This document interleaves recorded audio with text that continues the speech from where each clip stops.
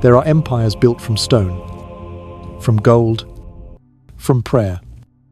And then there are empires built from secrets, so dark the world flinches when the truth surfaces. When you follow the trail into Pepololis, you reach a threshold where light stops, where oil lamps tremble, and where the walls become unwilling witnesses. Because behind those carved columns and perfumed courtyards lived a king who believed he was divine, a king who believed his body was the law, and a king whose daughters paid the price for that belief. Xerxes didn't just rule Persia. He ruled his own household with the same chilling theology that he used to command armies, the belief that his touch was holy, his desire sacred, and his children nothing more than vessels of purity. And when the truth finally emerges, it doesn't simply shock. It devastates everything we thought we knew about power. From his first year on the throne to his 9th, the empire stretched from the Aegean Sea to the Indus River, wide as the horizon itself. But the farther his empire expanded, the narrower the world became for the girls inside his palace. In the women's quarters, no daughter belonged to herself. She was not raised to be a woman. She was raised to be divine blood, a symbol, a political tool, and eventually a victim of a holiness invented to justify whatever the king desired. When a princess turned 13, she was bathed, perfumed, dressed in silk, threaded with pearls, not for a coming-of-age ceremony, but to be led to her father's bed. The priests called it purification. The court called it law. History calls it what it truly was, a sacred crime polished into custom and enforced with fear. Then came the war with Greece, and the world watched a super empire move like a living storm, hundreds of thousands of soldiers, bridges thrown across the sea, mountains carved open to form canals. But behind that thunderous army was a second procession. Almost no historian recorded the royal women, hidden inside silk-covered wagons guarded by eunuchs. Xerxes dragged his wives, concubines, and daughters across continents, not for ceremony, but for control. Every general knew that one wrong move meant his own wife or daughter would pay the price. Xerxes didn't bring the harem to war for comfort. He brought it as a political weapon, and that was only the beginning of his cruelty, because defeat at Salamis shattered the illusion of his divinity. When Xerxes could no longer punish the Greeks, he turned inward and punished his own blood. His rituals mutated into something darker, stranger, and far more terrifying. What the priests called renewal became a series of nights soaked in incense and agony. What they called tests of purity became rituals of mutilation, humiliation, and pain. Disguised in the beautiful language of religion, the palace walls learned to swallow screams, the eunuchs learned to move like shadows, and the daughters learned the one lesson no mother dared say aloud.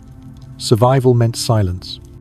But absolute power always creates the one enemy it cannot silence.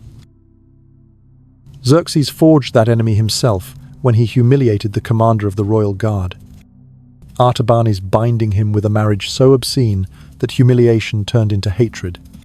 And hatred, given enough time, always finds a weapon. One night, under a sky without moonlight, Artabanes entered the king's chamber. Past guards, he had trained himself and killed the man who once called himself the living voice of the gods. Xerxes died not in battle, not in glory, but on silk cushions, begging the universe that once worshipped him for breath he could no longer hold. His death didn't save the palace. It detonated it. Princes turned on one another. The harem collapsed into panic. Eunuchs burned records. Servants fled with stolen jewels. And the surviving daughters, those who had endured every ritual, every night, every lie became the first offerings in the new struggle for power. Xerxes had taught his sons well. They continued his system even as they destroyed one another. The empire devoured itself the same way the king once devoured his own bloodline. But the most haunting part is this: even after Xerxes died, the system he created did not. It lived on in the rituals, in the laws, in the chambers, in the silence.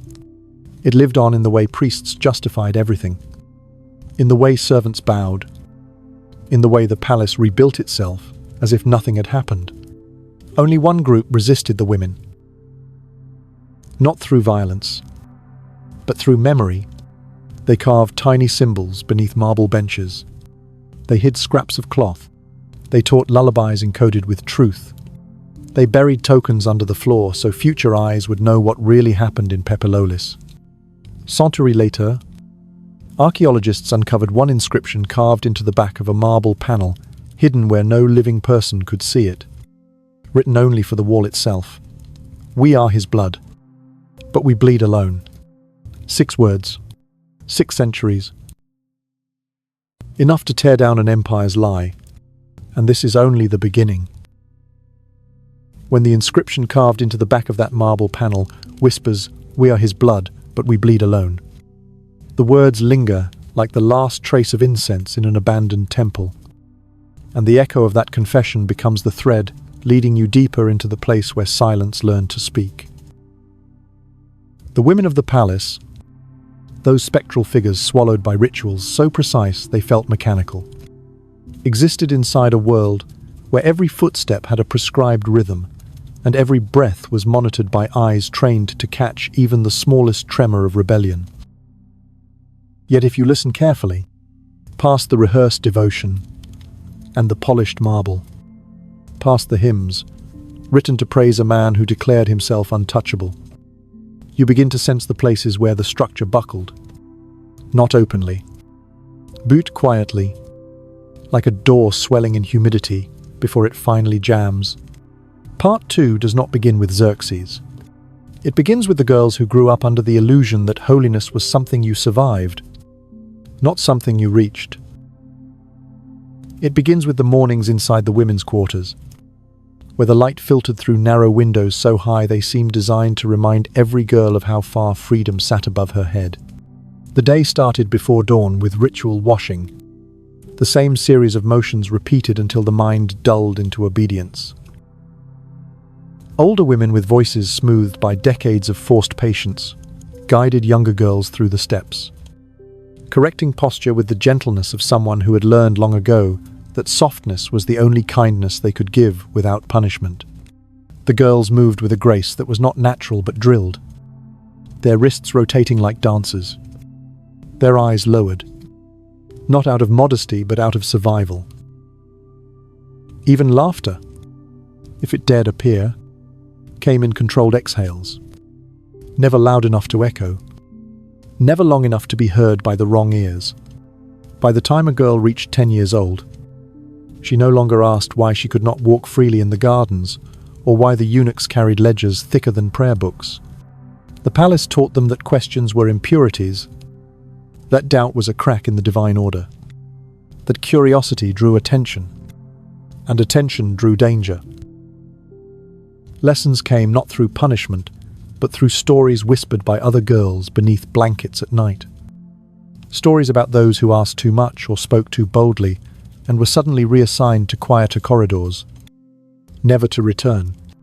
The palace did not need prisons. It needed only silence. In that long corridor of ritual and fear lived a girl named Amida, the one whose memory would outlast entire dynasties without anyone ever speaking her name aloud. She had been born during the 4th year of Xerxes' reign, when the empire still believed its king was chosen by the heavens, when the priests still declared that no shadow could fall upon his crown without divine permission. Amida learned early how to mimic the stillness required of her, how to let her face become a mask, how to move as though she floated through the air instead of stepping on stone. Her mother, once a favored woman in the palace, moved like a ghost with her, offering guidance through eyes rather than words, because words could be overheard. But a glance, quick and trembling, could sometimes slip beneath the watchful gaze of the eunuchs. Amida's illumination ceremony approached like a storm creeping silently across the horizon. No one warned her of its meaning, though every woman in the room felt the air thicken each time the high priest passed. Preparations unfolded around her without explanation. A new robe laid on her bed, gold dust stored in ceramic bowls, incense chosen for purity rather than fragrance. She watched the matrons clean the chamber with movements that seemed too careful, too deliberate, and she felt her mother's fear before she understood her own. The palace trained the girls not to understand. Understanding was too close to resistance. When the night of illumination arrived, the palace exhaled, so slowly it felt as if the stone itself were holding its breath. The women washed Amida in milk and honey, not with tenderness, but with precision, as though her body were not a child's, but an offering. The gold dust brushed onto her brow, shimmered like a false sunrise, and for a moment she imagined herself glowing. She did not yet know that the glow was the color of ownership. She stood still as the priests circled her, chanting hymns that blended devotion and dread into a single suffocating tone. Her mother stood at the back of the chamber, her hands knotted together, her lips pressed tight as if holding in a scream. When the ritual ended, the priest whispered that the king would call when the stars aligned. A phrase that meant nothing to Amida then, but would haunt her long after the call came. Days turned into weeks, each one marked by a growing tension in the halls. The eunuchs began inspecting the rooms more frequently. The priests visited with questions disguised as blessings, and the matrons corrected even the smallest imperfection in Amida's appearance, smoothing her hair with hands that shook more with every passing day. She noticed how other women avoided her gaze, how they bowed more deeply when she entered, as if preparing themselves for a tragedy they were powerless to prevent. For the first time, Amida began to feel the weight of being watched. Not as a person, but as a destiny. The summons came during the quiet hours after dusk, delivered by a eunuch whose footsteps never echoed, whose shadow never touched the walls. Her mother collapsed into herself, not with surprise, but with a silent grief that confirmed everything. Amida's body already knew, even if her mind did not. She walked through the corridor with the grace she had been trained to perform, each step measured, each breath steady, her entire life distilled into the performance expected of her. And in that moment, she finally understood the thing the palace had spent years preparing her, for fear was forbidden, but silence was mandatory. When the door closed behind her, sealing her inside the chamber of a man worshipped as divine, something within her childhood cracked so sharply, the sound of it seemed to vibrate through her bones. And from that moment forward, her world became a place where day and night had no meaning, where rituals replaced reality, where obedience became the only shield she had, and where every breath carried the metallic taste of survival. Yet even then, amid the rituals and the fear and the illusion of holiness, the smallest spark of resistance began to take shape inside the minds of the women who watched what happened to her. They could not defy the king. They could not stop the priests. But they could remember. And memory, passed from woman to woman, in glances and gestures and lullabies disguised as hymns, became the first quiet rebellion. The seed that would outlive Xerxes, outlive the palace, and outlive the empire carved in blood. In the days after Amida stepped through that silent doorway and crossed the threshold into a world no child was meant to understand, the palace shifted in small, almost imperceptible ways, like a great beast adjusting its weight after a long sleep. The corridors seemed to carry sound differently, swallowing echoes before they reached the ears of the wrong person, while the women in the quarters moved with an even quieter precision, their gestures a little slower, their gazes held just a little bit longer on the girls who had not yet been summoned. No one spoke of Amida directly, but her absence hovered in the air like a thin mist, settling into the cracks of the stone walls and clinging to the hems of the women's robes. The palace did not need records to preserve its tragedies. It preserved them in the rhythm of its silence. Her mother drifted through the days like a figure carved from wax, her face smooth and expressionless, until she believed no one was watching, at which point the grief hardened her shoulders and curled her posture inward, as though she were trying to fold herself into a space too small for memory. She tended to her duties with the same mechanical grace expected of every woman in the harem. But each time she passed the corridor that led to the chamber where Amida had disappeared, her breath caught almost imperceptibly, a fragile stumble in an otherwise flawless performance. The matrons did not console her. Consolation was a luxury the palace did not permit. They simply adjusted her veil, pressed her trembling fingers still, and guided her gently back into the script of survival. They all followed. Among the younger girls, curiosity flickered beneath the surface. A dangerous flame, fed by whispers that circulated only when the eunuchs turned away. They spoke in fragments, in Xerxes, in pieces of overheard prayers that hinted at rituals none of them truly understood. Some believed Amida had been elevated, chosen for a role so sacred it required secrecy. Others feared she had been punished, taken for reasons none of them could decipher. But the truth, heavy and cruel and unspeakable, lay in the eyes of the older women who understood exactly what had happened and whose silence served as both shield and warning. They knew the design of the palace too well, knew how it groomed innocence into obedience and obedience into sacrifice. And theirs was the burden of watching each generation of girls march toward the same fate, without the power to steer even a single step away from it. The priests continued their daily inspections, moving through the corridors like shadows cast by torchlight, their robes brushing lightly against the floor, their hands stained with incense and ancient ritual oils. They carried an aura of sanctity that disguised the hollowness beneath their chants. And the women bowed before them, not out of reverence, but out of necessity. The priests spoke of divine order and the purity of the royal bloodline, their voices calm and unwavering. But within the women's quarters, those words felt brittle, as though the very air resisted them. The girls repeated the liturgies taught to them, but each syllable tasted like dust. In the middle of this uneasy quiet lived another girl whose path would one day shake the palace in ways no one foresaw. Her name was Arta, older than Amida by a handful of years. Her mind sharper than the priests ever allowed themselves to acknowledge. Arta observed everything with a perception that bordered on defiance, though she hid it behind a delicate veil of compliance. She noticed how the eunuchs tightened their surveillance after Amida's illumination, how the priests lingered near the chambers longer than before, how her own schedule of lessons shifted subtly, as though the palace itself were adjusting its grip.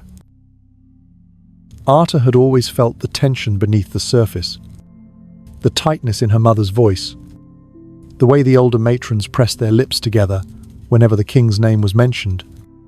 But after Amida's disappearance, that tension sharpened into something more desperate, more immediate. Unlike most girls her age, Arta had learned to read the hidden language of the palace, a language spoken through glances, through the way a curtain moved when someone paused too long behind it, through the silence that followed certain questions. She had grown up watching the women navigate the labyrinth of rituals and restrictions, their lives threaded with caution, and she recognized that their grace was not born from devotion, but from a mastery of endurance. Their compliance was an art form, one perfected through pain. Arta often found herself lingering near the courtyard during the late hours, when the sky washed into deep blue and the lamplight softened against the stone. From that vantage point, she could see glimpses of the outer palace where the men walked with unburdened steps. their movements confident and unconstrained. She envied them not for their authority, but for their freedom from the rituals that dictated every move she and the women around her were forced to memorize. And yet she also understood that envy was dangerous in a place where even thoughts could betray a heart if spoken too loudly. In those quiet moments, Arta began to notice something unusual, something that had always been present but had gone unrecognized until she allowed herself to see it. The women communicated with one another in ways that bypassed words entirely. A tilt of the head meant wait. A flick of the fingers meant stop. A shared glance held warnings shaped by years of coded survival. It was a language that existed beneath the rituals, beneath the priestly decrees, beneath the king's theology. It was the only language that still belonged to them. A private network woven without ink or stone. As the days passed, Arta watched how this system of silent communication strengthened whenever fear in the palace grew. After Amida's illumination, the language became more deliberate, more urgent. A piece of fabric folded twice signaled caution. A ribbon tied in a knot on the left side instead of the right meant do not speak. Arta learned these signs instinctively, absorbing them as though they were truths she had always known. Her mother corrected her posture, her speech, Herr Gestures, but never corrected her understanding of these silent exchanges, as if she wished to teach Arta something the palace forbade them to say outright. What Arta did not know was that this secret web of communication had been growing for generations. It had survived kings, reforms, wars, and purges. It had shape-shifted with every change of power, adapting to the rhythm of fear like vines growing against stone. It belonged to the women, and only to the women. It was the quiet revolt they built in the shadows, a rebellion without swords, without banners, without bloodshed, a rebellion made of memory and endurance. One evening, as Arta walked through a corridor lit only by a single flickering lamp, she noticed a pattern etched into the underside of a stone bench. So faint it could have been mistaken for a crack. It was a circle within a circle, enclosing a single dot. She traced it lightly with her fingertips, feeling the grooves that had been carved by someone's trembling hand.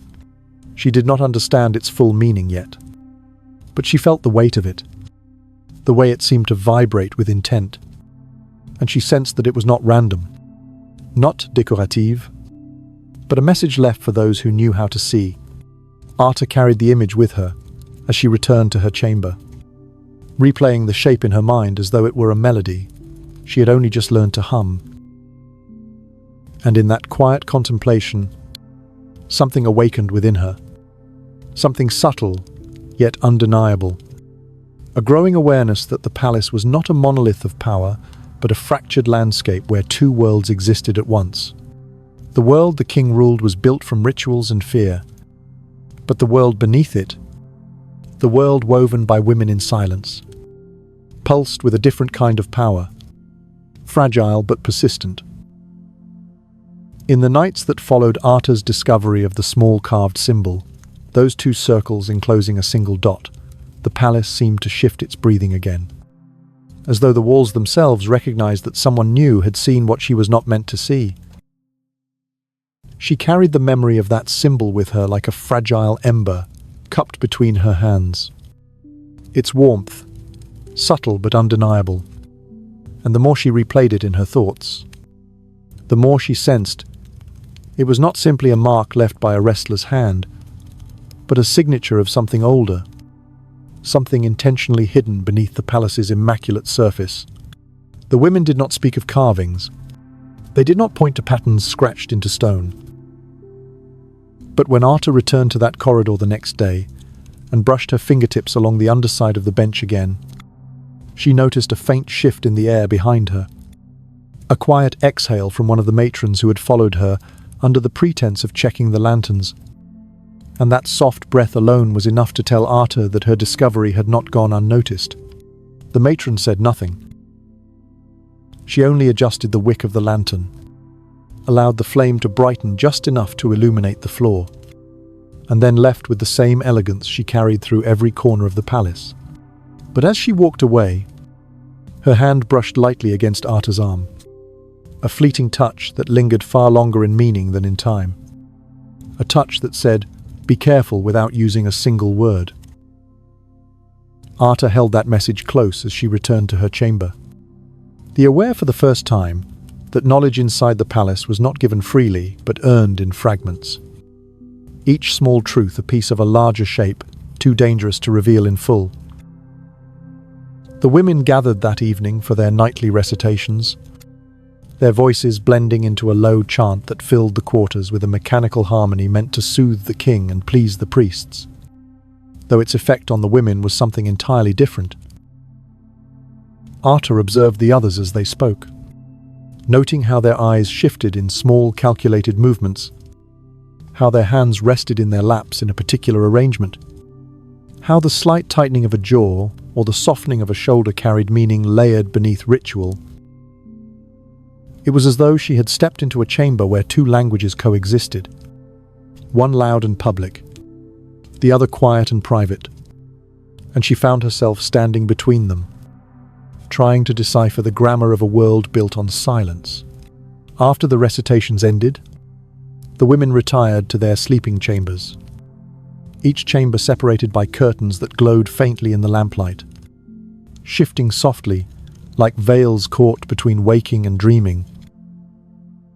Arta lay awake, listening to the muffled murmurs around her, the sound of fabric being adjusted, the whispered comfort exchanged between sisters, and the occasional quiet weep from someone trying to bury despair beneath the weight of blankets. She felt the heaviness of Amida's absence more sharply that night, as though the palace itself were grieving in a tongue no one dared speak. The women had never spoken Amida's name since the night she was taken, but that absence lived in the rhythm of their breath, in the way they reached for one another with soft gestures that said, "I am here," even if words could not. The next morning, the palace resumed its cycle of controlled beauty, the kind of beauty that did not inspire awe, but commanded obedience. Servants moved with trays of oil and scented powders, their footsteps measured and soundless. The eunuchs inspected the corridors with a severity sharpened by years of training, their faces carved into neutrality, their eyes scanning for any sign of disturbance in the delicate balance of ritual and power. The women's quarters were cleaned, polished, and rearranged with the same care used to prepare offerings for the gods. Because in the palace of Xerxes, the women were the offerings, and every corner of the harem was a stage built to ensure they performed their roles flawlessly. Arta spent the day practicing the art of stillness, a discipline the matrons insisted upon for all girls nearing maturity.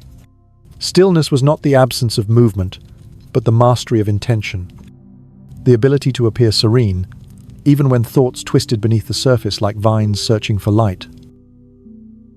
As she sat in a room filled with other girls, all of them arranged in perfect lines, all of them breathing to the same count, Arta allowed her gaze to drift toward the floor. And there, in the soft reflection of the polished stone, she saw the faint outline of a pattern etched into the corner near the wall. It was not the same symbol she had found the day before, but another mark, similar in shape, suggesting repetition, suggesting communication, suggesting a map of some kind hidden in plain sight. She waited for the lesson to end, waited for the matrons to dismiss them, waited for the soft dismissal gesture that signaled the girls could rise without drawing attention. And then she approached the corner slowly, her steps measured, her breath steady. She touched the etching with one finger, and it felt older than the stone around it, as though it had survived through replacements and renovations, as though someone had carved it with enough depth for it to resist time. She traced its shape, feeling an energy beneath the surface, not magical or mystical, but human, the residue of someone's refusal to vanish entirely. And when she lifted her head, she found one of the older women watching her from across the room. Here expression unreadable. Her posture too composed to be accidental. That night, as Arta lay beneath the soft fabric of her sleeping curtains, the older woman approached her with the same stealth the eunuchs used to deliver messages from the priests. She sat at the edge of Arta's mat, her presence gentle but firm, her hands folded neatly in her lap. Arta waited, sensing that this moment held significance. Although she did not fully understand why, the woman studied her for a long breath, her eyes moving across Arta's face with the weight of someone examining a truth she had waited years to confirm. And then she spoke in a voice so soft it blended with the sound of the lantern flame. "You saw the marks," she whispered, her tone neither accusatory nor fearful, but laced with a deep, weary recognition. Arta nodded slowly, unsure how much to admit, but unable to deny it. The woman exhaled, a long, trembling breath that seemed to release a burden she had carried for too long. She leaned closer, her voice lowering to a thread of sound. "There is a history beneath the history," she murmured. "A memory beneath the memory. The palace keeps its records in ink, but the women keep theirs in stone." Arta felt a shiver travel through her as she grasped the gravity of the woman's words. This was the doorway she had sensed, the silent passageway that existed beneath ritual and fear, and now it was being opened to her. The woman placed a hand over Arta's, her grip warm but trembling. "You must listen with more than your ears," she continued. "The marks are messages. The songs are warnings. The stories are maps. We cannot fight the king. We cannot break the rituals, but we can remember, and memory is the only thing that has ever survived him." Arta absorbed every word, her pulse steady but strong, feeling something awaken in her, a quiet allegiance she had not chosen but now could not refuse. The woman's eyes softened. "There will come a moment," she said, "when the palace demands your silence. When that moment arrives, you must know how to carry truth without speaking it." As the older woman stood to leave, she pressed a small object into Arta's palm, a thin strip of fabric embroidered with a symbol matching the one she had seen carved into stone. Arta looked down at it, feeling its texture, sensing the centuries of hidden defiance stitched into its threads. And for the first time since she had entered the palace as a child, she felt connected not to the rituals imposed upon her, but to the women who had endured them, survived them, and preserved something sacred despite them. The strip of embroidered fabric remained in Arta's hand long after the older woman disappeared into the shadows of the sleeping quarters, and she lay awake, listening to the muted rhythm of breathing around her, feeling the small weight of that secret pressing into her palm like a pulse. The soft lantern light painted long trembling lines across the floor, and each shifting shadow felt like a presence, as if the ghosts of every woman who had ever carved a symbol or whispered a warning were gathering near her mat, urging her to pay attention, urging her to remember. Night in the palace was never truly silent, for even when voices stopped, the building itself exhaled, the marble cooling and contracting, the tapestries swaying with the faintest currents of air. Yet that night carried a different quiet, a deliberate anticipation, as though the women's network sensed that the knowledge passed to Arta was not simply information but a kind of inheritance, fragile and dangerous. At dawn, the palace resumed its rituals with the same mechanical devotion as always. But Arta now moved through the halls with a sharpened awareness, each curtain she passed fluttering with new meaning, each glance from the older women carrying a subtle shift she had never noticed before. She sensed currents beneath the surface, invisible but unmistakable, like a river flowing under ice. The eunuchs marched through the corridors, their ledgers clutched tightly, their eyes scanning for anything out of order. But Arta understood now that order itself was not what the palace pretended it to be. It was a performance choreographed by fear. And the women were not merely performers, but the unseen authors of a parallel world hidden beneath the choreography. She spent the morning in one of the study chambers, a room designed to teach girls their proper posture, their proper tone, their proper way of existing within the strict geometry of palace life. The matrons corrected the angle of her shoulders and adjusted the placement of her hands while sunlight filtered through narrow windows, casting beams that divided the floor into lines like the carefully drawn boundaries of a map. Arta inhaled the scent of oils and polished stone and felt the embroidered strip of fabric hidden beneath her sleeve, a reminder that the world she saw was only half of what existed. She observed how the other girls repeated the lessons without questioning, their eyes glazed with the dull obedience created by fear and repetition. And she wondered how many of them sensed the silent messages threaded through their routines, or if most walked blind through the maze, unaware of the walls closing slowly around them. After the lesson ended, she slipped into a side corridor where only the women were permitted to walk. A corridor that curved gently like a river bending around an obstacle. The stone bench where she had found the first carving seemed to glow faintly in her memory, pulling her back like a magnet. She lowered herself onto the bench, letting her fingers drift across the smooth underside until they found the familiar grooves. This time, instead of fear, she felt a strange calm traveling through her, as though the stone itself recognized her touch. She imagined the woman who had carved it perhaps long before Arta was born, kneeling in the same dim corridor, listening for footsteps, carving quickly but with purpose, leaving behind a piece of her story, because no one else would. When she finally rose, she noticed another figure standing at the far end of the hall, watching her with a quiet familiarity. It was the same older woman from the night before. She approached slowly, her steps soft but steady. Tuhir expression, unreadable. When she reached Arta, she gestured for her to walk with her, and Arta followed without hesitation.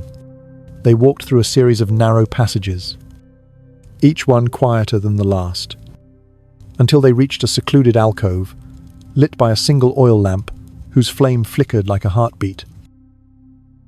The air in the alcove felt different, heavier, more intimate, as though countless conversations had been imprisoned within its stone walls. The woman closed the curtain behind them and turned to face Arta. Her gaze, steady and unwavering. "What you have begun to see," she whispered, "is the truth. The palace hides not through force, but through suffocation. They bury it under rituals, under prayers, under fear, but truth does not die. It waits." Arta listened, her eyes fixed on the woman's face, as though each word opened a door inside her. "The women before you," the woman continued, "left messages in stone because they were not allowed to leave them in words. They stitched their warnings into clothing because they were forbidden to speak them aloud. They carved their grief into the underside of benches, into the corners of walls, into the backs of panels where only the curious would ever look." The woman's voice softened, but the intensity beneath it did not fade. "This palace teaches you to forget yourself, but memory is the only rebellion that survives kings." She reached for Arta's hands and placed them between her own.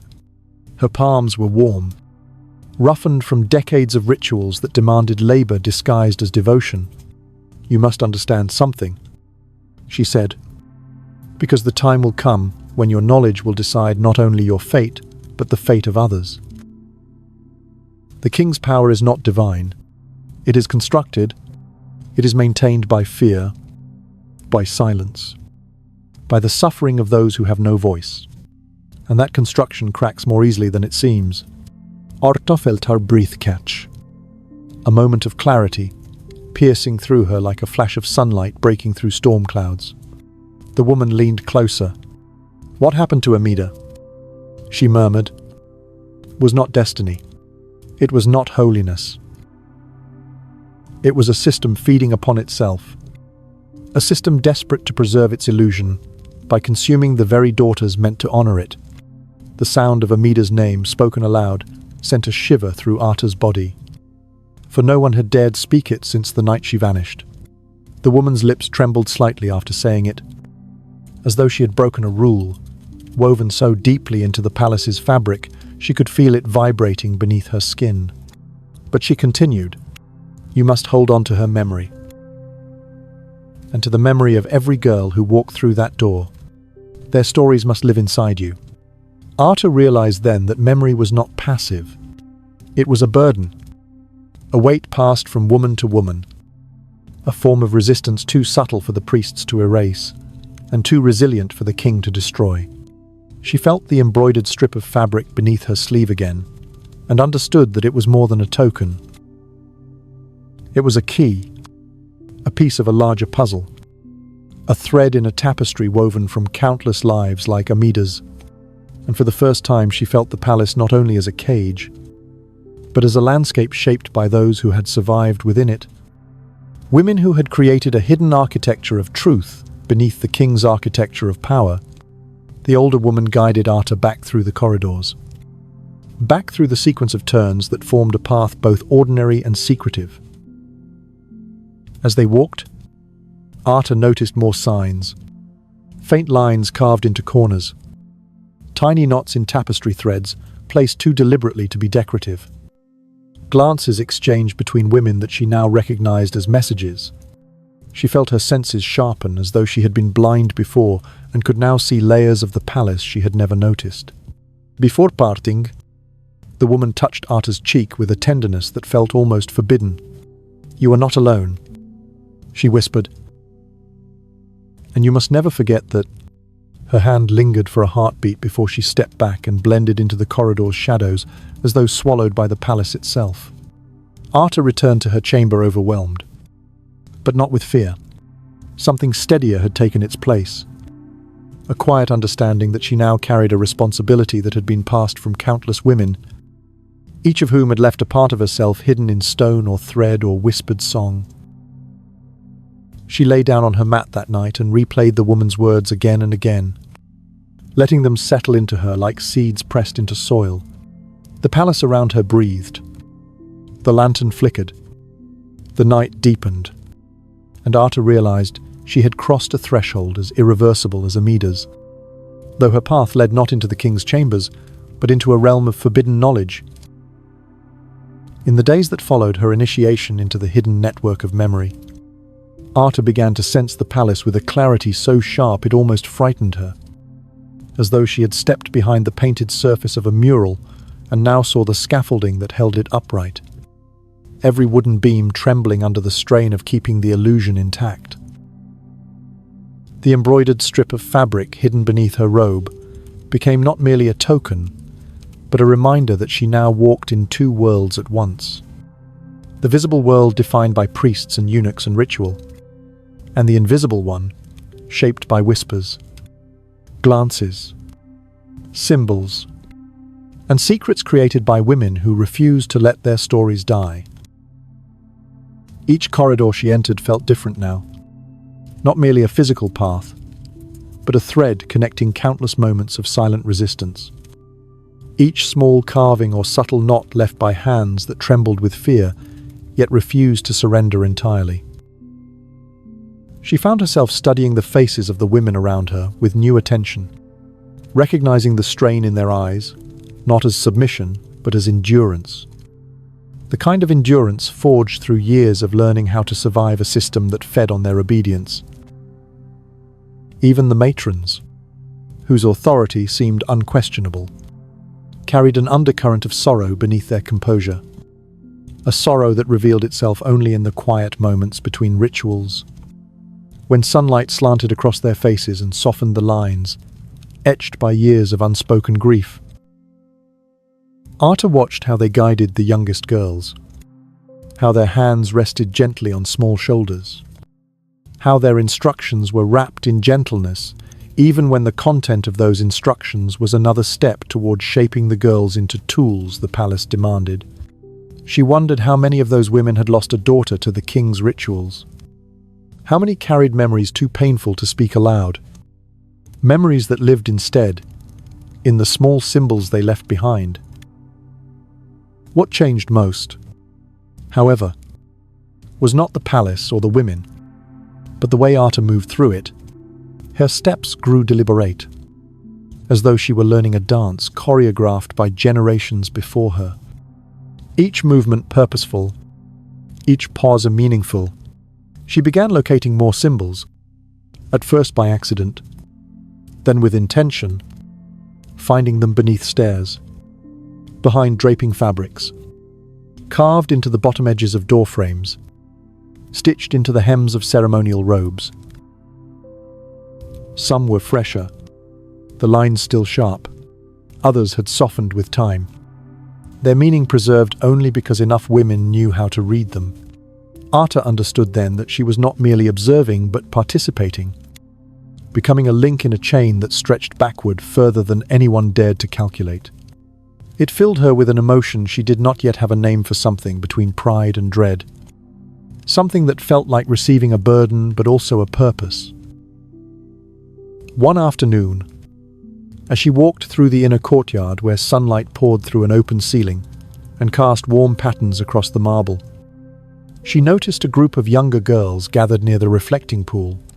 Their voices were hushed, their hands brushing the water in synchronized movements, taught to them as part of their preparation for the illumination ceremony they would one day face. Arta watched them from a distance, noticing the innocence still lingering in their movements. The way their laughter occasionally surfaced, like a bubble rising to the water's surface, before being quickly stifled by an admonishing glance from a matron. She remembered being like them, unaware of the path ahead, unaware of the weight of destiny shaped by laws written long before she was born. The thought drew a tightness in her chest, a quiet ache that settled beneath her ribs like a stone. Later, one of those younger girls, a small, fragile child named Daria, with eyes too large for her narrow face, approached Arta with hesitation. She tugged gently at Arta's sleeve, her voice trembling as she asked whether it was true that the king blessed those chosen for the illumination. Arta knelt to meet her gaze, seeing the faint shimmer of hope mixed with fear behind those wide eyes. And she recalled the words the older woman had spoken to her, words that had reshaped her understanding of the palace.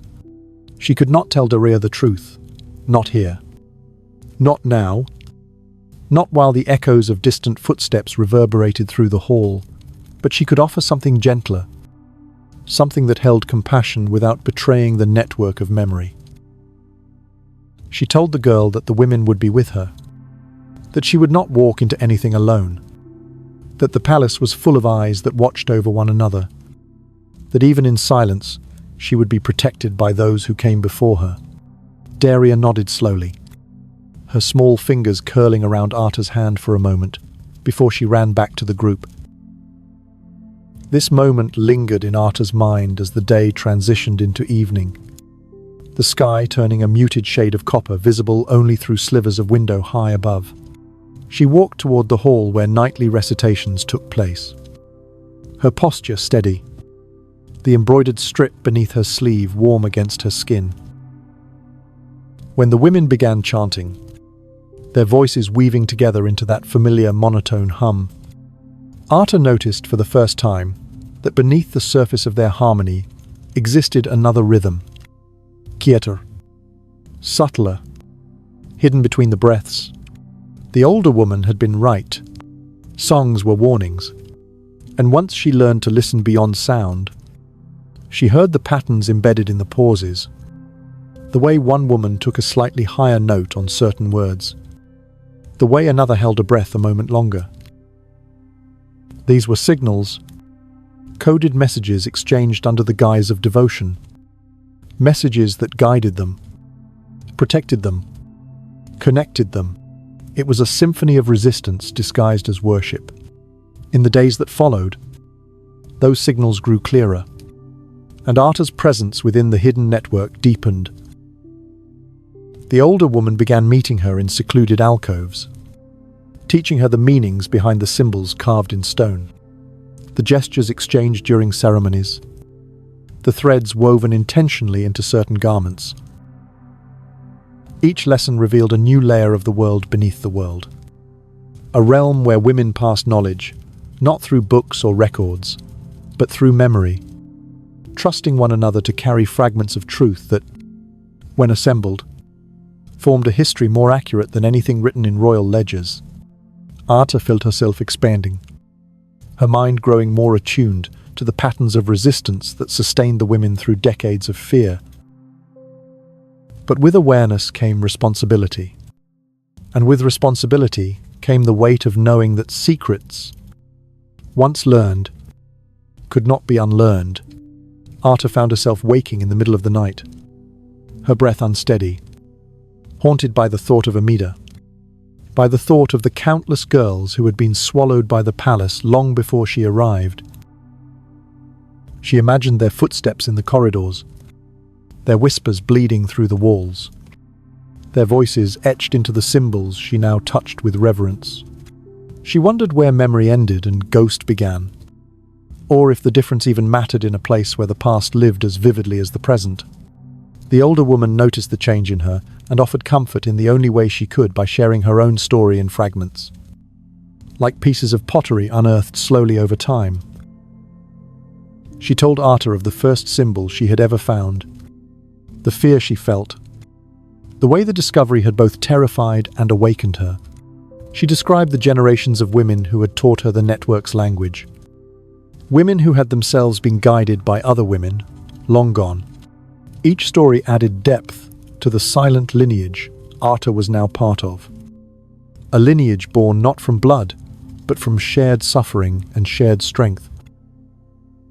The truth that settled over Arta as she listened was both comforting and devastating. The women of the palace had never been powerless. Their power simply took a form the king could not perceive. A power rooted in memory, in connection, in the refusal to disappear quietly. It was not the kind of power that toppled empires with swords or led revolts, but it was the kind that survived, the kind that endured through centuries, the kind that turned silence into a weapon sharper than any blade. In the aftermath of her growing initiation into the unseen web of memory and resistance, Arta began to sense a shift in the palace that had nothing to do with the women and everything to do with the king, as though Xerxes' world, so carefully constructed, so heavily guarded, so fortified by centuries of ritual, was beginning to show cracks too fine for the priests to acknowledge, but too deep for the women to ignore. The atmosphere tightened in subtle ways. The eunuchs walked faster. Their ledgers clutched closer to their chests. The priests whispered longer during their consultations, their robes brushing the floors with a tremor that carried unease rather than authority.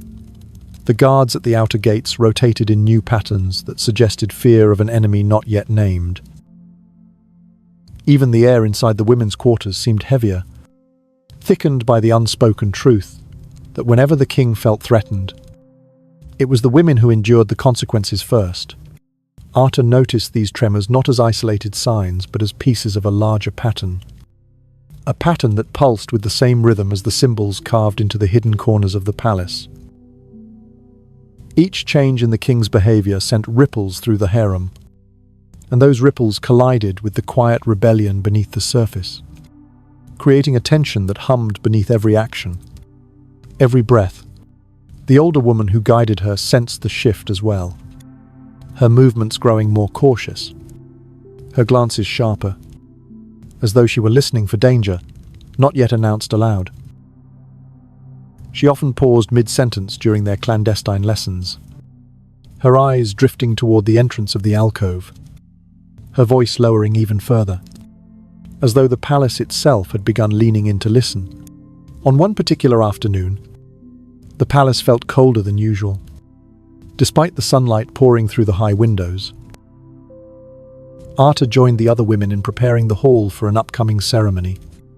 Though no one seemed to fully understand what the ceremony was for, or why it had been announced so suddenly. The priests had arrived hours earlier, their faces marked by a solemn tension that suggested the ritual was not celebratory but punitive, a recalibration meant to reassert the king's power. As Arta arranged the long embroidered fabrics across the dais, she noticed something strange. One of the priests stood apart from the others, his gaze sweeping the hall with a rigidity that felt almost hostile. His eyes lingered on the women longer than custom permitted, as though searching for signs of disobedience, or perhaps for evidence of something he had only begun to suspect. Arta lowered her gaze and continued working, but her heartbeat quickened. She sensed the older woman watching her from across the hall, her expression carefully neutral but her posture tense. Something was wrong, not in the loud, obvious way of a falling pillar or a raised voice, but in the way the priest's attention felt targeted rather than general, as if he could sense that a truth was moving beneath the surface, a truth the palace was never meant to contain. When the women gathered for the rehearsal of the ritual chant, the hall filled with the familiar rise and fall of controlled voices, yet even this felt different. The priests walked between the lines of women, adjusting their stances with too much force, correcting their pronunciations with sharpness rather than patience. Arta felt a tremor inside her, a sense that the ritual was less about worship and more about searching, probing, testing. She kept her face serene, her voice steady, her eyes lowered, but her mind raced through every symbol she had seen, every coded gesture exchanged between the women, every risk they had taken to preserve their network of memory. When the rehearsal ended, the women were dismissed in silence. Arta felt the older woman approach her, guiding her with a light touch toward a secluded corner just out of the priest's sight. Her voice was barely more than breath. "They are watching differently," she murmured, the words trembling like a leaf caught in a draught. "The king's world is shifting, and when his world shifts, ours becomes unstable."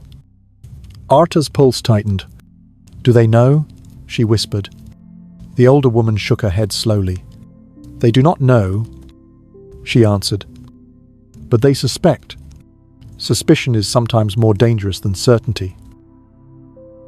For the first time since learning of the hidden network, Arta felt the weight of danger settle into her bones, not as a distant abstract threat, but as something immediate, something closing in like a hand reaching through the dark. She realized that memory, though powerful, did not protect her from the king's attention. And if the priests ever uncovered the silent rebellion woven into the palace walls, the consequences would extend far beyond the women. They would destroy the lineage of resistance itself. That night, Arta entered her sleeping chamber with a heaviness that anchored her breaths. The curtain swayed softly as she slipped behind it, the lantern light casting gentle shadows across her mat. She lay down, the embroidered strip beneath her sleeve warm against her arm, and closed her eyes, letting the silence stretch. But sleep did not come easily.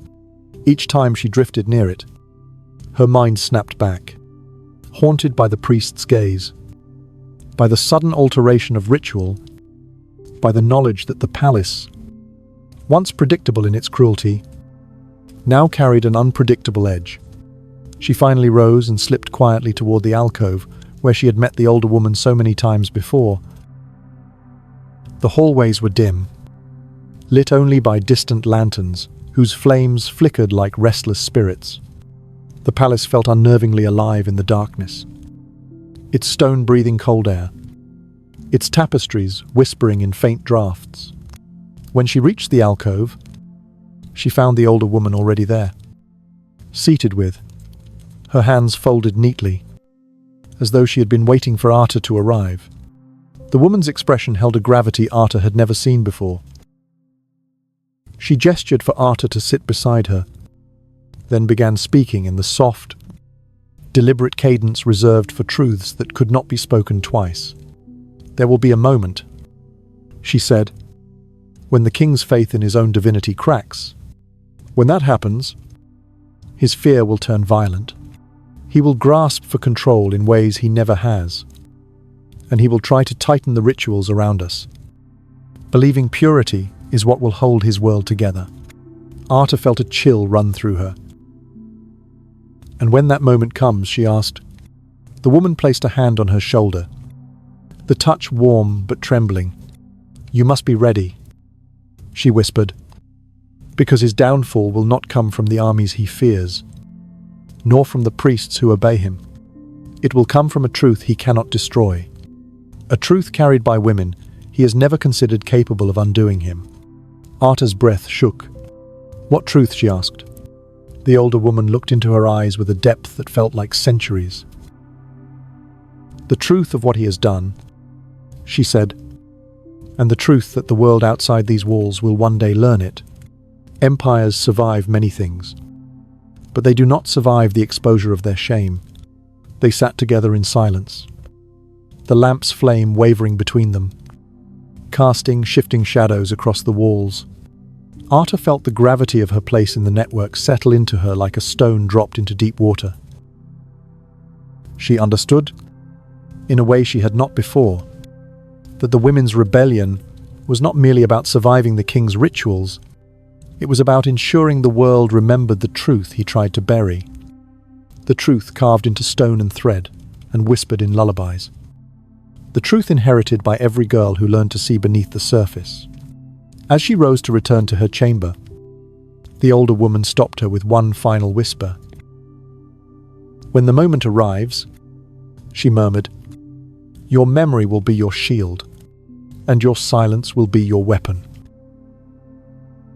In the days that followed the older woman's warning, the palace seemed to tremble with a tension that no amount of ritual could soothe, as if some vast pressure pressed against its marble walls from within, warping the rhythm of daily life in ways both subtle and unmistakable. Arta felt the shift immediately when she stepped into the main corridor on the morning after their conversation, for even the air seemed restless, stirred by currents that smelled of incense and fear, and the women moved through the hall like figures caught inside a tightening web. The eunuchs carried their ledgers differently, clutched higher and closer to their chests, their eyes darting toward corners they had once passed without notice. And the priests walked with a stiffness that betrayed unease, their robes shaking like thin banners in a reluctant wind. It was clear that whispers had begun spreading, not whispers from the women, but whispers from the king's own world, whispers that suggested something beyond the palace had shaken Xerxes' confidence in the very divinity he claimed as birthright. Arta watched all of this with a growing sense of foreboding, recognizing that the palace's surface calm had cracked. Not enough for outsiders to see, but enough for the women who lived beneath its rituals to feel the tremors in their bones. Even the older woman, whose composure rarely faltered, now walked with tighter shoulders, her eyes scanning every doorway as though expecting danger to appear, not as a man with a sword, but as a single command spoken in the wrong tone. The change in atmosphere spread through the women's quarters like smoke from an unseen fire, clinging to their skin, tightening their voices, and turning their rituals into acts of survival rather than devotion. Arta sensed that the moment the woman had warned her about the moment when the king's fear would distort everything around him was drawing closer with each passing breath. That afternoon, as Arta carried a tray of ceremonial fabrics across the outer hall, she overheard the faint murmured conversation of two senior priests, their low voices drifting from behind a half-open door. She paused, not enough to arouse suspicion, but enough to catch fragments of their exchange. Fragments that sent a cold ripple down her spine. They spoke of unrest among the men who guarded the outer walls, of rumors carried by merchants who had traveled through the northern passes, of omens interpreted by astrologers who suddenly refused to speak their findings aloud. Most chilling of all, they spoke of Xerxes' rage, a rage that had erupted so violently, 2 nights before, that half the king's personal attendants had been dismissed, their absence swallowed by silence, as though the palace itself had consumed them. The priests feared the king's instability, though they masked it in language that suggested divine turbulence rather than human panic. Yet even their carefully chosen words could not hide the undercurrent of dread. Arta moved away before they could sense her presence, her heart pounding with a rhythm too loud for her own comfort.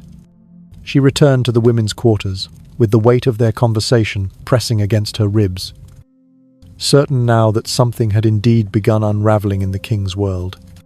When she found the older woman preparing the sleeping chamber for the evening recitations, she relayed what she had heard in a whisper, so faint it barely disturbed the air. The older woman listened without interrupting, her hands folding the fabric mechanically, even as her eyes darkened with recognition. When Arta finished, the woman nodded slowly, the gesture tinged with sorrow. "Fear is the king's truest companion," she murmured. "And when a companion like that grows too large, it consumes everything around it." As night descended, the palace took on an uneasy stillness, the kind of stillness found in forests, moments before a storm breaks. The women gathered for their recitations, but their voices wavered with a tension that vibrated through the hall like the trembling of a plucked string. Arta felt the rhythm shifting beneath the surface of the chant, the coded messages exchanged through breath and silence, carrying warnings sharper than words. When the recitations ended, no one lingered. The women dispersed quickly, retreating behind their curtains as though the night itself had become dangerous. Sleep eluded Arta once again. Her thoughts pulled in too many directions to settle. She lay on her mat, listening to the soft movements of the women around her. The rustle of fabric, the quiet tapping of fingers against wooden frames, the shallow breaths of those pretending to sleep. Her own breath felt too loud. Her heart beat, a steady drum of worry she could not silence. When she could no longer bear the confinement, she rose and slipped into the corridor. The hall was darker than usual, lit by only a few lanterns placed farther apart than tradition dictated, and their faint golden glow flickered against the stone like dying stars. As Arta walked, she noticed a sound she had never heard in that corridor before, a low, distant rumbling, like thunder trapped beneath the floor. She stopped and pressed her palm against the marble wall, feeling a faint tremor travel through it. The palace itself was shifting, reacting to the storm brewing around its king. She continued walking until she reached the alcove, where she and the older woman often met, only to find the woman already there again, seated with her hands clasped tightly, her posture rigid in a way that signaled urgency rather than contemplation.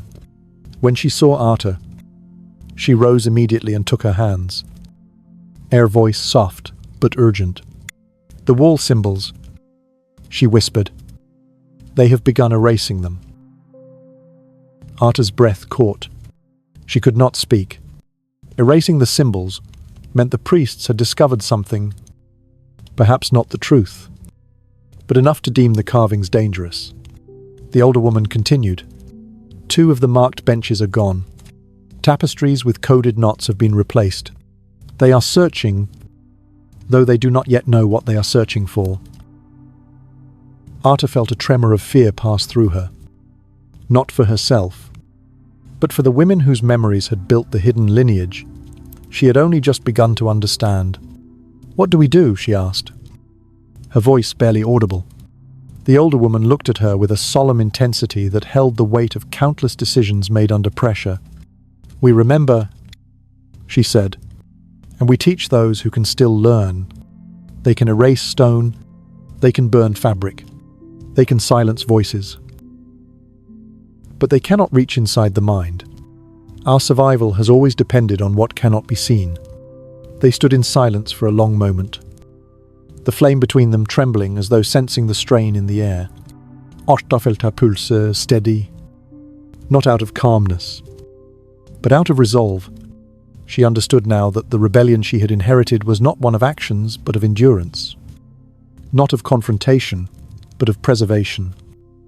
not of noise, but of unbreakable silence. And she understood that the king's unraveling had only just begun, that as his world tightened, the women's world would have to loosen, expand, adapt, strengthen, or be destroyed. As they left the alcove, Arta noticed something she had missed before a faint new carving on the inside curve of the stone. So small, it could have been mistaken for a scratch. It was a single line crossing another, forming an X that barely pressed into the marble. She touched it lightly and felt the message pulse through her like a heartbeat. Someone had carved it recently. Someone had left a warning, or perhaps a promise. By the time the faint rumble beneath the palace grew into something the women could feel even through the soles of their feet, the unraveling had already begun, though no proclamation or trumpet announced it, and no scribe dared put ink to parchment to confirm it. Instead, the truth arrived as it always did in Pepperlolis, quietly, invisibly, carried through corridors by tension instead of words, carried through rituals by faltering hands, carried through the women's quarters by the sudden sharpness in every breath. Arta sensed it first in the change of temperature, a chill that clung to the air despite the blazing lamps, as though the palace had stopped breathing evenly and now exhaled only in uneven stutters. The unraveling spread through the king's world like a crack spreading across polished stone. Hairline at first, then widening with each passing hour, the priests no longer walked with serene authority, but with a stiffened urgency that betrayed their fear of losing control. Their chants, once smooth and rehearsed, now trembled with uncertain rhythm, their voices quivering as though they sensed that the gods they invoked were no longer listening. The eunuchs moved in disarray, abandoning the strict alignment of their routines as they hurried through the palace with curt messages, their faces tight with worry. Their ledgers, held not as instruments of order, but as shields. Arta watched these shifts through the lens of everything she had learned, recognizing that the palace's fear was not about war or omens or enemies at the gate. It was about the king. Xerxes had begun to slip. His mind, once fortified by arrogance and illusion, now showed fractures that the priests could not mend. They whispered about his sleepless nights, about the shadows he believed followed him through the halls, about the sudden bursts of violence triggered by imagined slights. They whispered about the veiled figures he claimed to see at the foot of his bed, though no woman had entered his chamber for days. They whispered about the nightmares that left him shaking, dreams in which the faces of his daughters stared at him with hollow accusation. The palace did not speak Amida's name, but Arta felt her presence pressing against the walls like an unspoken truth reclaiming its space. As the king's madness deepened, the rituals grew more erratic. One evening the women were summoned with no warning to prepare a purification ceremony, the kind of ceremony meant for disasters, the kind meant to realign divine order. They had only moments to dress in ceremonial robes and stand in rows beneath the towering bronze lanterns, their faces serene, their hands steady, though their hearts pounded with the same fear that roiled through the palace like a fever. The priests circled them with bowls of burning herbs, chanting prayers that shook more than they soothed. The king watched from a raised dais, his eyes glassy and unfocused, his hands twitching as though he were grasping at something only he could see. Arta kept her gaze lowered, but she could feel his stare move across the lines of women like a blade grazing skin. When his gaze lingered on her, she felt the hairs on her neck rise, not from the threat of being chosen, but from the recognition that he was no longer seeing the women as individuals, but as shadows of something haunting him. She sensed danger in that gaze. Danger, not of ritual, but of chaos. The kind of chaos that erupted when a man who believed himself divine realized his power was slipping into the cracks of his own unraveling mind. That night, the women returned to their quarters in a silence so dense it felt alive. clinging to their bodies like a second skin. Arta entered her chamber and sat on her mat without undressing, her mind racing through everything she had seen. She thought of the disappearing symbols, the erased tapestries, the priest's heightened vigilance, the sudden disorder in the routines that once seemed unbreakable.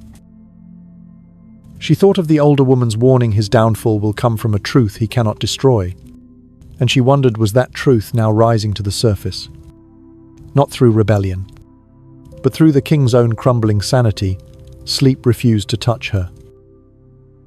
She rose again and walked the corridors, letting the palace guide her to the alcove, where she had spoken so many times with the older woman. Yet this time the alcove was empty, the lamp unlit, the air heavy with the absence of someone who should have been there. A tremor of unease threaded through her spine as she stepped deeper into the shadowed space, running her fingers along the wall until she found the recent carving she had discovered before. The simple X scratched into the stone, but when her fingertips reached it, she realized something was wrong. The lines felt smoother, or thinner. Someone had begun scraping it away. A voice whispered from the darkness, "Do not touch it." Arta turned sharply, recognizing the silhouette of the older woman emerging from behind one of the pillars. Her posture was rigid, her breath uneven, and when she stepped into the faint lantern glow, Arta saw the fear etched across her face, a fear she had never seen in her before. The woman approached her and took her hand. "Everything has changed," she whispered, her voice trembling but steady enough to hold Arta in place. "The king has commanded the priests to purify the women's quarters." Arta's breath caught. Purify. A word that meant cleansing. A word that had been used for centuries to disguise violence beneath holiness. The older woman continued, "They will search everything. Every room, every curtain, every tapestry, every stone. They believe the palace is infected with impurity. They believe the women have carried it in." Arta's pulse hummered. "They cannot find the symbols," she whispered. "They cannot find the threads." The older woman's hand tightened around hers. "That is why you must remember them all. Every carving, every stitch, every pattern. They can erase them from the stone. They can burn them from the fabric, but they cannot erase what has become part of you." Arta's vision blurred for a moment, not from tears, but from the overwhelming weight of what the woman was asking. The entire history of the women's resilience, passed through silent generations, now narrowed into her memory alone. It felt like the palace itself had placed its weight upon her shoulders. The woman guided her to the stone bench where Arta had discovered the first symbol. They knelt together, their fingers tracing the faint lines, almost invisible in the low light. The woman whispered each symbol's meaning, describing the stories behind them, the women who carved them, the warnings they carried. Arta repeated them silently, imprinting each shape into her mind, like ink pressed into parchment. From there they moved to the next carving, then the next, mapping the hidden history of the palace through touch and breath, and whispered, "Legacy." As they worked, the distant sound of footsteps echoed through the corridors, heavy, methodical, purposeful. The priests had begun their purification. The older woman squeezed Arta's hand once more.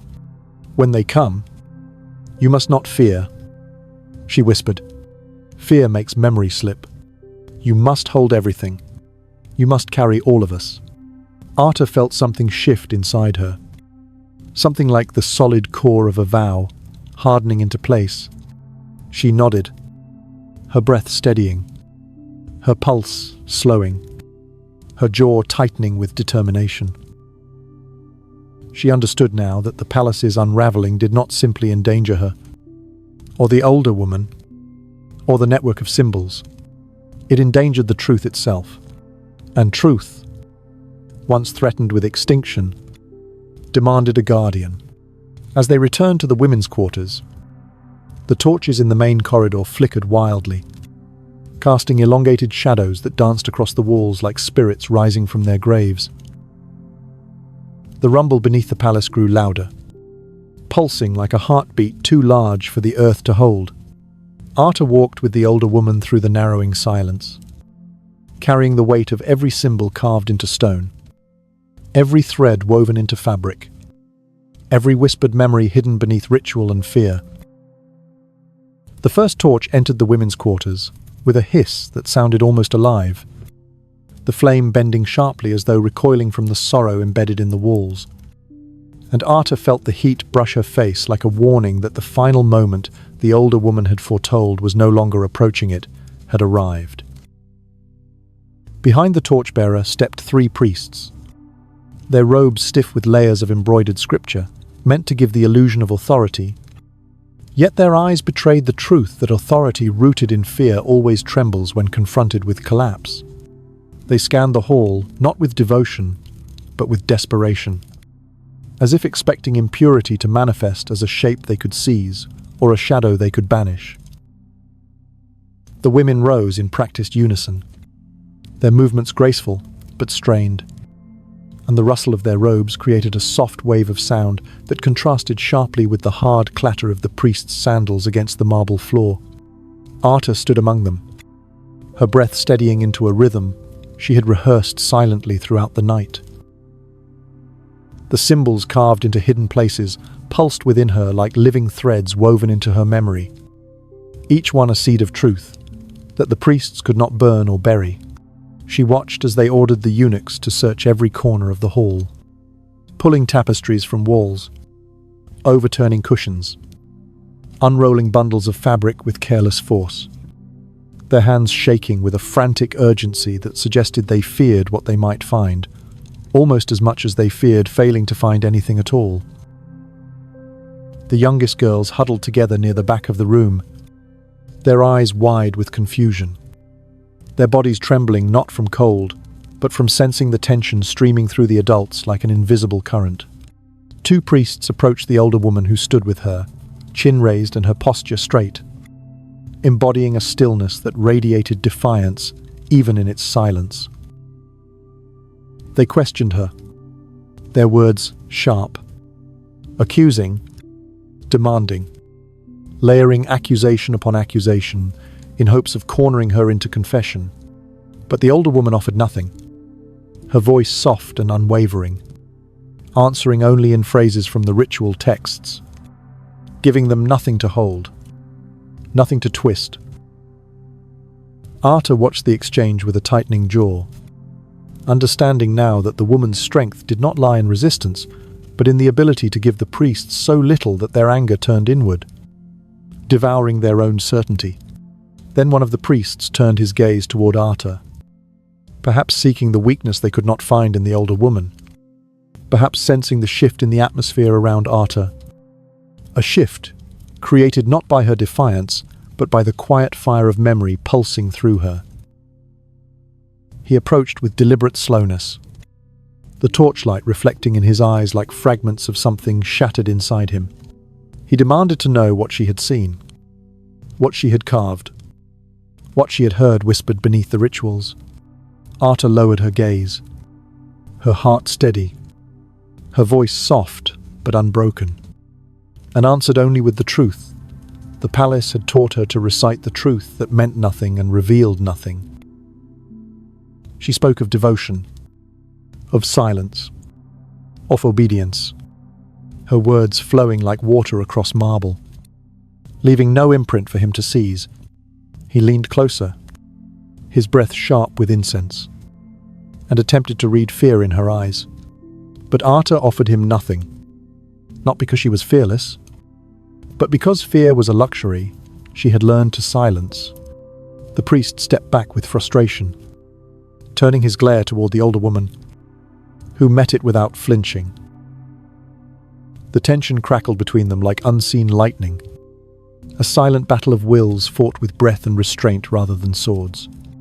As the priests continued their search, pulling apart bedding, tearing open the corners of rugs, scraping at the walls in hopes of uncovering hidden marks, the rumble beneath the palace intensified. A deep, resonant vibration that felt as though the marble itself were remembering every cruelty it had witnessed. Dust drifted from the ceiling. Tremors shuddered through the columns, and the torches flickered violently, casting disjointed shadows that danced across the women's faces like fleeting spirits.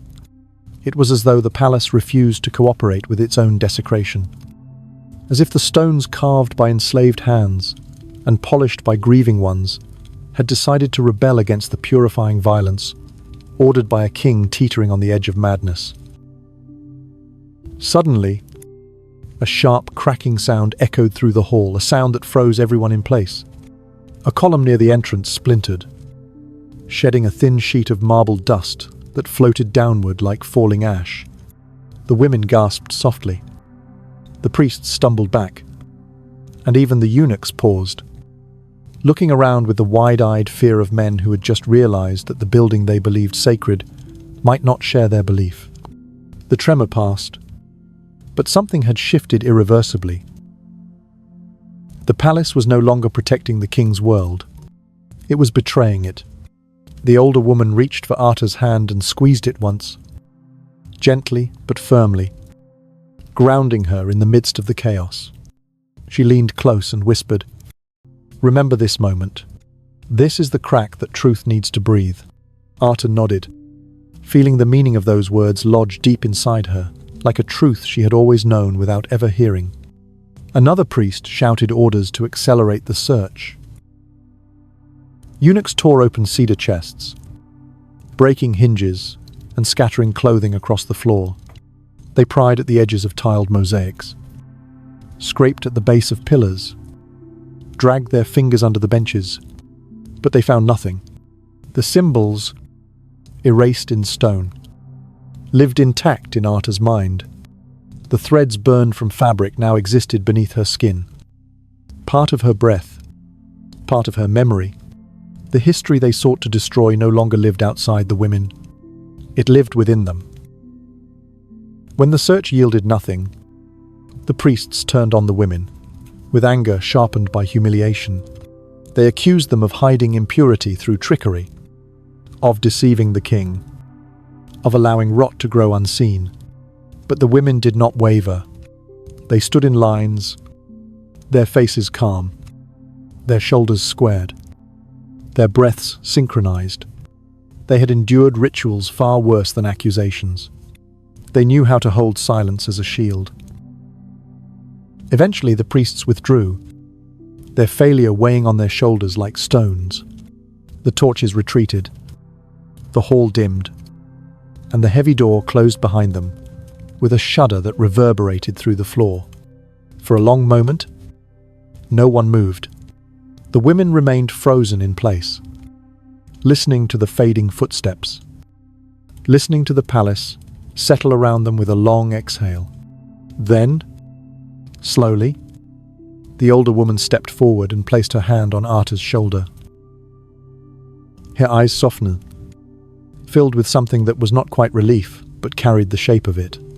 "You held," she whispered, "and because you held, we remain." Arta's throat tightened, but she lifted her chin. The symbols lived, the stories lived, the truth lived, and the king's failure to erase them marked the beginning of the end for the world he had built on fear. In the days that followed, Xerxes' unraveling accelerated. His paranoia grew. His rituals became more erratic, his commands more violent. Servants whispered of seeing him speak to shadows, of clawing at his own skin in the night, of screaming at invisible figures he swore were haunting him. Word spread through the palace that the king who once believed himself a god now feared the very walls that had sustained his power. And then, one night, without ceremony or warning, Xerxes was found lifeless in his chamber, a dagger wound marking the end of his reign. His guards whispered of treachery. His priests claimed divine judgment. His sons blamed one another. But the women knew the truth. Empires do not fall from daggers. They fall from the weight of their own silence finally breaking. The palace did not celebrate. The palace simply breathed, freed of the suffocating grasp that had defined it for years. And in the women's quarters, Arta stood among the others, her mind holding the history no stone could preserve. The carved symbols may have been erased, the threads burned, the rituals altered, but the legacy lived unbroken, unirasable, carried forward by the quiet rebellion of women who remembered